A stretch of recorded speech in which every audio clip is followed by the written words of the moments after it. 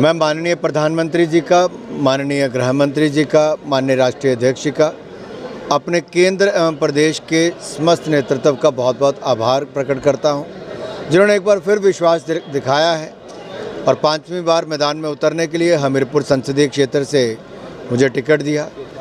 हमीरपुर की जनता ने हर बार रिकॉर्ड को और बड़ा किया है, जीत को और बड़ा किया है।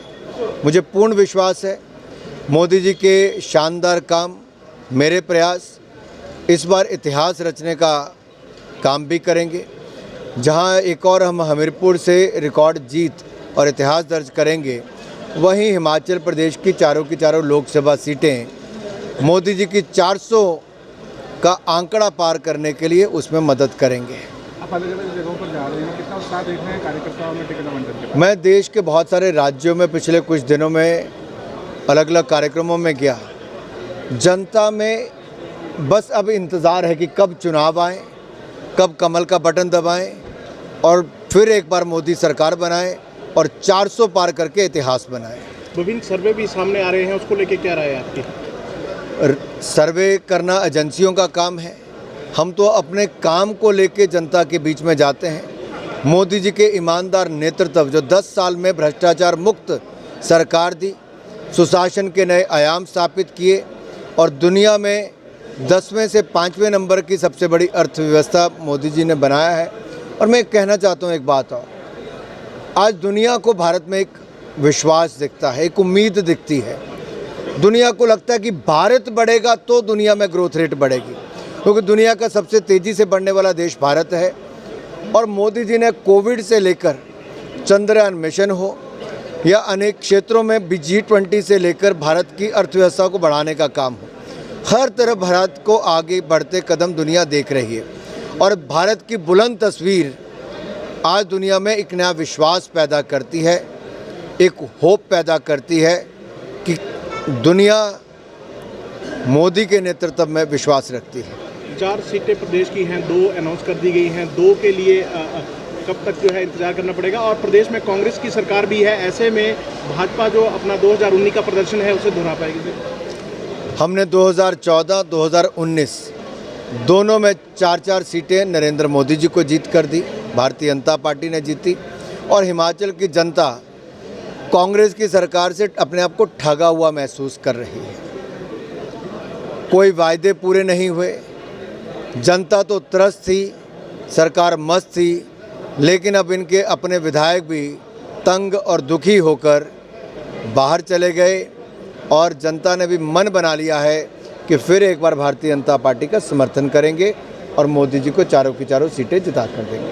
सर, सीए को लेकर के अलग अलग नेता अलग अलग ध्यान दे रहे हैं, ममता बनर्जी भी कुछ राज्यों से आह्वान कर रही है, आप किस तरह से देखते हैं इन सब? माननीय गृह मंत्री जी ने CEA के कानून को लेकर लोकसभा में भी, राज्यसभा में भी और अन्य पटल पर भी लोगों को जानकारी दी कि CEA से किसी को घबराने की ज़रूरत नहीं, ये तो नागरिकता देने का कानून है।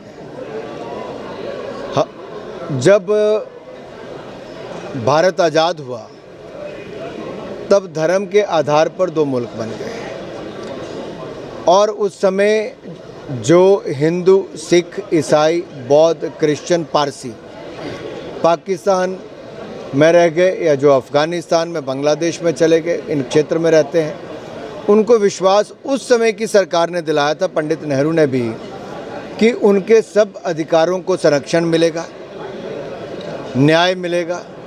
लेकिन पिछले कई वर्षों में देखा गया, महिलाओं के साथ और इन अल्पसंख्यकों के साथ जो उन देशों में हैं, उनके साथ अत्याचार होता है, उत्पीड़न होता है। बेटियों को मजबूरन छोटी उम्र में शादी और निकाह करने के लिए मजबूर किया जाता है, लोगों के साथ धर्म परिवर्तन करने के लिए मजबूर किया जाता है। आखिरकार वो हिंदू, सिख, ईसाई, पारसी, बौद्ध, जैन ये कहाँ जाएंगे? मोदी सरकार ने उनको नागरिकता देने के लिए कानून बनाया कि अगर कोई प्रताड़ित होता है तो भारत उनको नागरिकता देगा।